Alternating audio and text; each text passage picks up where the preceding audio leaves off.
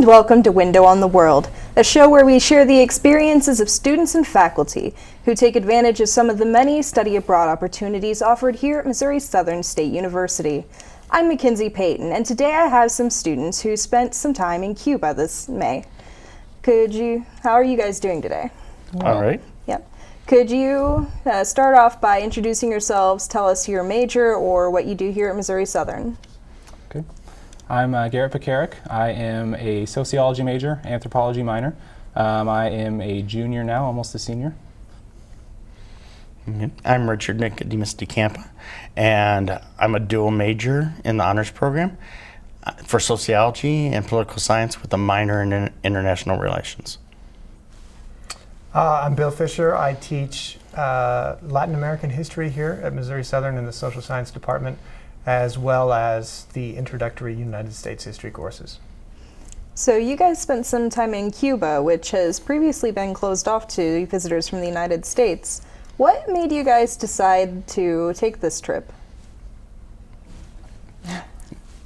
Well, it matched my majors for one.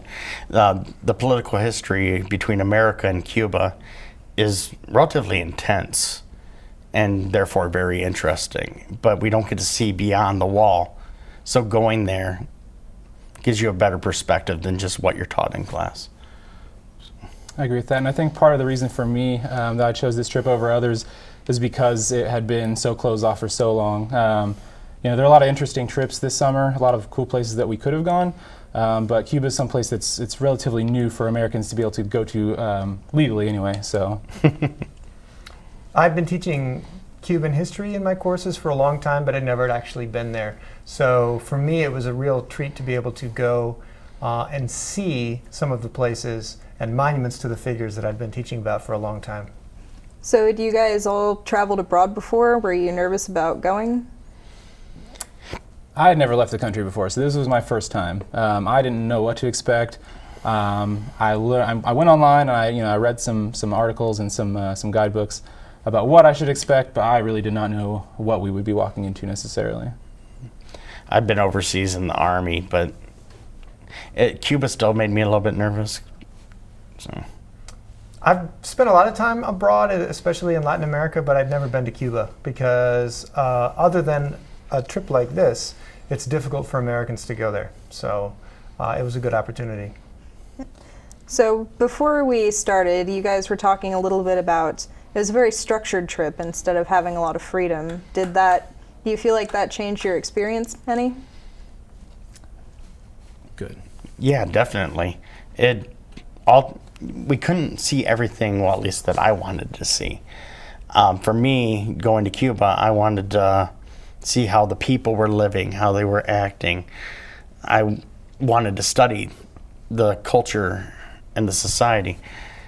And all we really got to see is the tourist influence that's been happening in Cuba lately. So, I agree to some point. I think that there was some degree of structure that maybe we didn't see beyond the veil so much. But I also think that we saw a lot of things that we maybe wouldn't have gotten a chance to see or maybe wouldn't have thought to go look at if we had gone by ourselves. And we did have some amount of free time at the end of each day to kind of walk around and see what we wanted to see. So I think it was a fair mix. I think we got a pretty good mix of everything. I think in a perfect world, it would have been great to have a trip that included maybe 2 or 3 free days for students to be able to explore on their own. But that's technically not allowed. When Americans visit Cuba as a part of a program like this, there are rules in place that mean that we have to stick to a certain kind of agenda or a certain kind of program. And so we would have sort of been breaking rules if we'd have been able to allow the students to kind of spread out. And those rules have just gotten even stricter than they were when we went. So I agree with what they're saying, but I hope we struck a pretty good balance of structure versus ability to explore. I do have to say our bus driver and our tour guide also went beyond what their government program would have normally done, and that helped a lot. So tell me about the first day or two of your trip. Did you experience a lot of culture shock while you were in the country for the first time?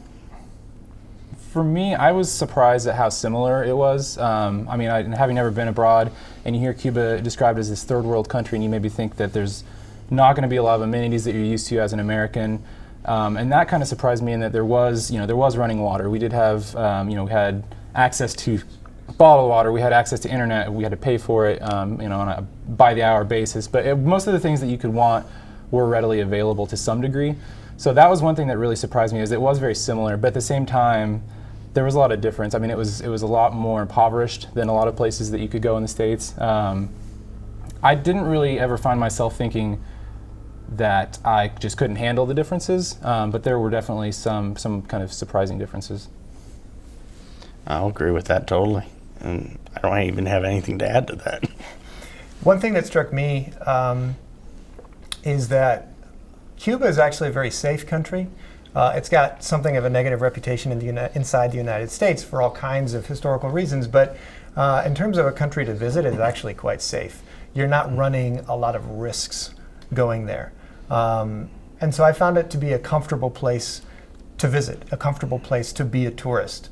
But I certainly agree with what Niko and Garrett have said about some of the differences between the United States and there.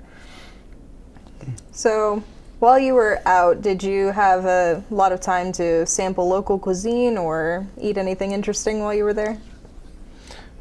Ropa Vieja. Ropa Vieja. Yeah, it was actually really good. It's called Old Clothes. That's what the name means. Mm-hmm. But it basically shredded beef with spices, and it's really good. One tidbit about it, which I had known before I went, that ropa vieja was a sort of Cuba's national dish, this very, very slow-cooked shredded beef with tomatoes and things. The reason is because the quality of beef in Cuba is just not very good. And so if you were to eat a cut of steak, you would find it to be very tough and stringy and not very good. But when you slow cook it with a bunch of spices and tomatoes, then it becomes delicious. So there's a reason why certain dishes become famous in a certain place. It may be because of restrictions, or not restrictions, but because that's the quality of beef available. So you make lemonade out of lemons, so to speak. I was just kind of surprised. Before you go, everybody that I know that's been or has known somebody that's been, or again, all the posts online and all the books say that prepare yourself for some very bland food. Partly because of the embargo, there's just not a lot of spice, there's not a lot of condiments, and so some people would go so far as to say, bring what you're going to want, ketchup or salt or whatever. And I didn't find that to be the case at all. I thought all the food was really, really good, and that may be because of the kind of lessening of restrictions. But everything was really, I've been craving certain Cuban dishes since we've been back that I didn't necessarily think that was going to be the case. That pork dish I had. Yeah. That was good. Lots of really, really great tropical fruit. Mangoes and papayas and all day long. So you guys spent a lot of time examining everyday life in Cuba while you were there, right? What were some of the most interesting experiences you had with that? I purposely went on my way to try to talk to locals. And one of the most interesting, we were outside that art reconstruction area. I can't remember the name of it. And I was talking to an old man and his grandchild. And my Spanish isn't very good, and their English wasn't very good. But we got it across, and his son was very, very curious about America, and not in any hateful way. None of the Cubans blame American people. They blame our government, but they don't blame us. And from those, just talking to them like that was absolutely wonderful. Yeah, I agree. I'm kind of like Niko. My Spanish isn't great, but having a chance to sit down with our host and speak with him about sort of the state of things, just kind of talking with anybody that you could come across. People were very cordial. People made you feel welcome, and like Niko said, there was no really negative sentiment towards Americans, which is something that going into Cuba, you might think after all these years of hostility, there might be some bad feelings towards Americans in general. But everybody was really, really nice. And kind of talking back what Dr. Fischer said a minute ago, there was never a time that I was talking with any Cuban and never felt uncomfortable really about anything or unsafe or anything like that. Yeah, you think of Cuba, being a communist government and a closed society from America's perspective, but what you're struck by is that most Cubans live their lives without thinking about ideology or communism. You know, it's not something that dominates their thoughts. Most Cubans, especially young people, there was a remarkably large number of young Cubans, especially in Havana, that have smartphones, that have tablets, and they go to the areas in the city where you can get Wi-Fi, and they're using Facebook and all the other things. The Cuban government doesn't censor the internet, which was a little bit surprising to me. What they do is they make it a little bit hard to get internet access. You have to pay for it by the hour. But once you're on the internet, you can do what you want on there. You can visit whatever websites you want to visit. And so I think you would find day-to-day life in the larger cities of Cuba to be what you expect most places you visit. So, what was one of the best places that you visited while you were there? I'd have to say that building where we had our final dinner. That was just gorgeous. And looking over the balcony, you could see the whole city. And at night, when the lights were on, it was quite beautiful. That really strikes out. And a lot of the architecture all over Cuba is amazing. So, Yeah, I think I can't remember the name of the little town where we had lunch when we were in Trinidad, where there was a large colonial tower. So we're talking, mortar and wood, and looking out over what used to be all these sugarcane fields was beautiful. It was crazy. I mean, it was kind of scary to go up and down the thing, but definitely worth it. I agree. I think that tower, which was located in a place called El Valle de los Ingenios, which means the Valley of the Mills. It was a major center of Cuba's sugarcane production during the colonial period. Why is there a big tower there? The big tower was so that slave owners could monitor the slaves working in the fields. So when you think about it in that way, it's a little bit intimidating. It's kind of a sad period of history. But you can go up there today and you have an absolutely gorgeous view of an absolutely beautiful valley on the southern coast of Cuba. So we have some pictures that you brought with us, and I'd like to show those on the screen and maybe have you guys describe what was going on in each of them. Sure. Oh, okay, I can take this one. It's a little hard to tell. This is a section of Havana in the old city called Arte Corte. And this is kind of an interesting experimental place for the Cuban government because this is a one-block area where the Cuban government is allowing free enterprise to take place. Most of the economy in Cuba is controlled by the state, is state-owned. But there's between 5 and 15% that's not. And one of those areas is there. And what they've allowed is they've allowed a man to start a barbershop college, I guess you might call it, a cosmetology kind of instructional center. And also, I think that there are some other entrepreneurial activities going on there. It's very experimental because the Cuban government doesn't want to allow this everywhere, but they'll allow entrepreneurship in certain places to see how it goes. And when President Obama visited Cuba last year, he was taken there and he was shown, look, in Cuba we have free enterprise, we have the free market, and this was sort of used as the token example of free enterprise. Yeah, there was a culinary or bartender type school. Bartender school as well. Across the way. Exactly. Right. So this is the Bacardi. Bacardi rum, everybody knows it. Started out in Cuba. Shortly after the revolution, they relocated to the States. But this is the building, their home, their base in Havana. Really, really beautiful Art Deco building. If you can see the very top, you can see the actual bat logo that everybody's probably familiar with, but very, very beautiful building. And some of the classic cars in front as well. Of course. Want to take this one? That's from the Club Amigo. Yeah, Club Amigo, where we stayed while we were doing the Trinidad section of our thing. That club was absolutely everything was included, drinks, thing. They had a wonderful pool. The beach side there was beautiful and blocked by rocks. Mm-hmm. One interesting thing about that portion of the trip is when we were in Havana, we saw lots of tourists from all over the world, including the United States. There were lots of Americans in Havana. when we were in Trinidad and staying at this beach resort, we were the only group of Americans there. It was all the other tourists were Europeans. Yeah. That is a statue of Cuban General Calixto Garcia. That is a very typical example of monumental architecture in Cuba along the Malecón, which is the road that goes along the sea coast in Havana. That photograph is taken actually very close to where our hotel was.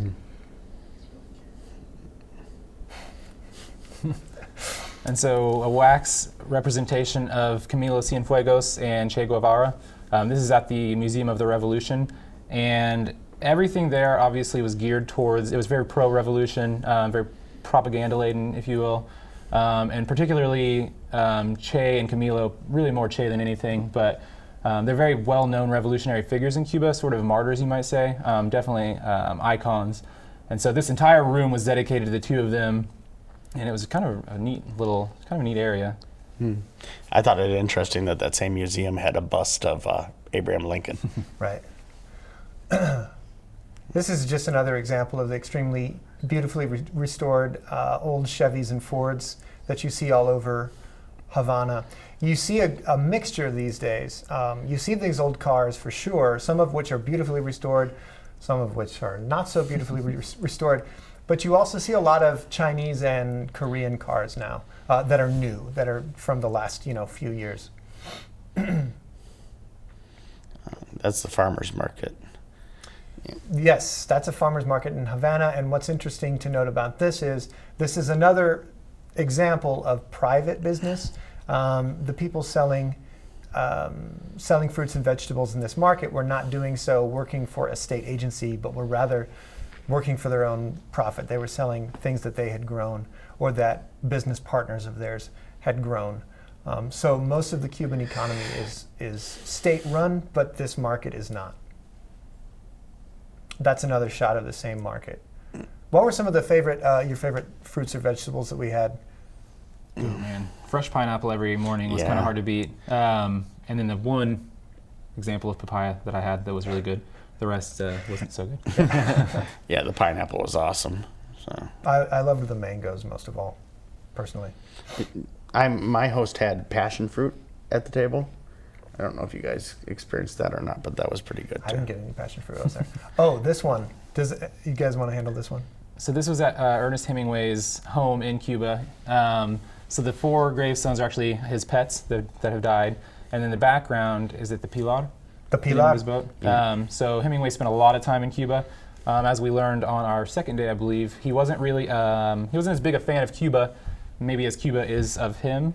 He was very fond of Spain, but he had spent a lot of time in Cuba and really influenced Cubans, especially in Cojimar, the small fishing town that he based the Old Man on and the Sea on. So, his fishing boat, the Pilar, he used it to look for Nazi submarines during World War II.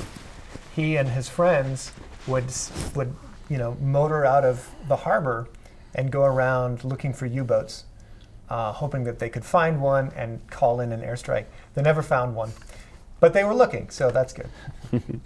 I found it interesting, the nudge and wink, when the lecturer was discussing the appropriation of Hemingway's home. Right. So. Yeah, this is exactly that. This is a view of Hemingway's living room. See, the Cuban Revolution took over in 1959. Hemingway was still living there in 59 and 60. In 1961, Hemingway left and went to live in his house in Idaho, where he committed suicide. So he left his home in Cuba, probably not knowing that he would never come back. So he left all this stuff there. And Hemingway's home is pretty much exactly as he left it. All of the furniture, all of the art, all of his books, his typewriter, everything. You can't go in the home, but all of the windows are open and you can lean in and take photographs. It's definitely worth visiting. If anyone finds themselves on a trip to Havana, I think going to the Hemingway home was really fun. The view of the tower, that was outside of the home. Right. It's pretty good too. So. So this is the Hotel Nacional. This is actually from La Torre, the restaurant where we had lunch. What was it, 36th floor, I believe. Great view of the city. The hotel, you could probably explain better than I can, but it's got a long history. It's been visited by just countless heads of state and actors, celebrities, athletes. It also had a big part in the Cuban Missile Crisis. There's a big series of bunkers out back, enormous cannons facing the sea. Maybe you can kind of... Well, during the Cuban Missile Crisis, that was the command and control center for the Cuban Armed Forces. During those days in October of 1962, we think of that mostly in terms of the effect it had on the United States and the Soviet Union, but most Cubans thought that doomsday was approaching, and the entire Cuban military was mobilized, and the Hotel Nacional was used as the command and control center. Nowadays, it's by far the most expensive and most ritzy hotel in Havana. And not to mention, it's probably the one building most Americans are actually familiar with due to the mob connections and movies. Indeed. Famous mafia conferences took there before the Cuban Revolution, during the time period when Havana was sort of like the headquarters of the mafia. They had conferences there to discuss how they were going to divide up the business of the United States, how the gambling operations were going to be shared among the mafia dons. So that's part of the infamy of that building.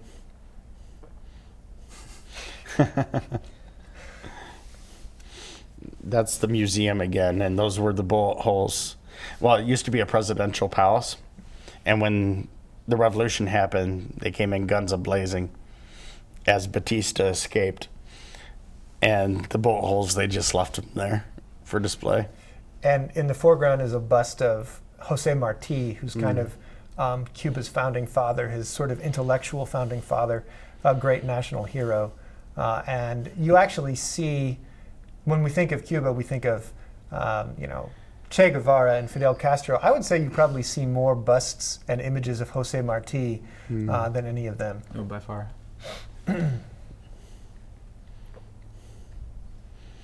That's the art reconstruction area, isn't it? Mm-hmm. Yeah. Anyone want to take a crack at describing what that was? So essentially this neighborhood was overrun with junk and trash, just everything kind of piled up, with a big concrete water cistern in the middle.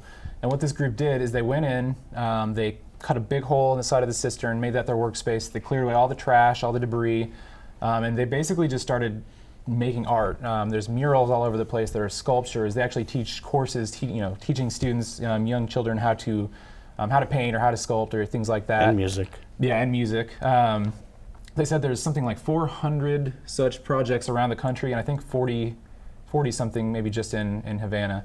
But it was really great. There were a lot of really cool pieces of art, and the people make all kinds of different crafts and they sell them. The entire place is funded by what art they sell, and they put 50% of what they sell back into materials. So it's kind of a self-sufficient thing where they can take in neighborhood children and give them something productive to do, give them a skill, and give back to the community. And that's another shot of the same. That's just a different angle of the same building, with a memorial to Camilo Cienfuegos and Che Guevara. Really cool place. They put on a musical performance for us because they also have a salsa band that the members who work there are part of. The lead singer, for the performance we saw, was a retired police officer. So it was a really cool place to visit. Cuba was great for music in general. Yes. I mean, to them, it's almost a part of them. It's not something they just listen to for entertainment. Well, this is you, so if you want to take this. That's the Revolutionary Plaza. That's Revolutionary Square. And I can't remember his name.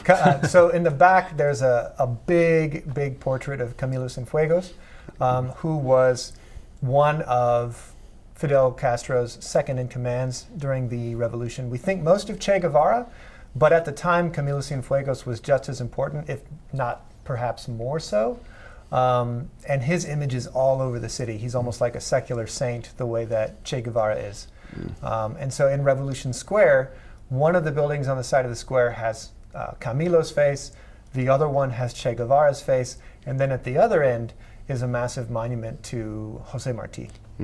And Revolutionary Square was also used for a lot of Fidel's speeches, and the Pope spoke there, one of the most massive masses on record. 2015? Yes, yes. So that's the tower we were mentioning before. That tower was used as a way to observe slaves working in the fields back during the days of slavery. And we climbed to the top of it. But down in front, as you can see now, there's a lot of people selling things. And we had some interesting experiences at this particular tourist trap. Yeah, very, very pushy vendors. If you're wearing a hat, they snatch it off your head, attach a little palm leaf grasshopper to it, and then charge you however much they could get out of you for it. I think I got taken for 10 pesos. Oh, yeah. Somebody got, I think, maybe more than that. But to be honest, I think that was the most unpleasant interaction any of us had with Cubans. These guys were very pushy with their stupid little grasshoppers. So we've seen some really great pictures of your trip today. And is there anything else that you want to talk about before we wrap the show up? I think, my big thing is if anyone ever has the chance to go, definitely take it. Especially, I know things are getting a little bit more closed off now, maybe a little bit more difficult for Americans to visit Cuba. But if such a trip ever comes up again, if there's a study abroad, anything like that, if the opportunity arises, it's definitely worth taking. Seeing things sort of like Niko said from the other side of the wall, so to speak, it was really interesting. And it kind of puts things into perspective. There's such a mandate on information in Cuba. Everything is basically filtered through the state. And at the same time, in our education, we kind of get taught the opposite. We're told that Cuba is such a, any communist country has so many problems and it's not as viable. It's really just interesting to see things from the other side. And so I would definitely recommend, if the opportunity for anyone ever comes up, it's absolutely worth taking. And it will definitely get rid of any feelings you have of us versus them that tend to be bred into us. That's great. I'm glad to hear that, because I think traveling internationally, the most important thing about it is increasing empathy and sort of widening your understanding and allowing yourself to consider things from a different perspective. So I'm very glad that you both had that experience. Well, I want to thank you all for coming here today and sharing your experiences in Cuba. It sounds like you all had a really great time while you were there. And I want to thank you, viewers, for joining us today on Window on the World.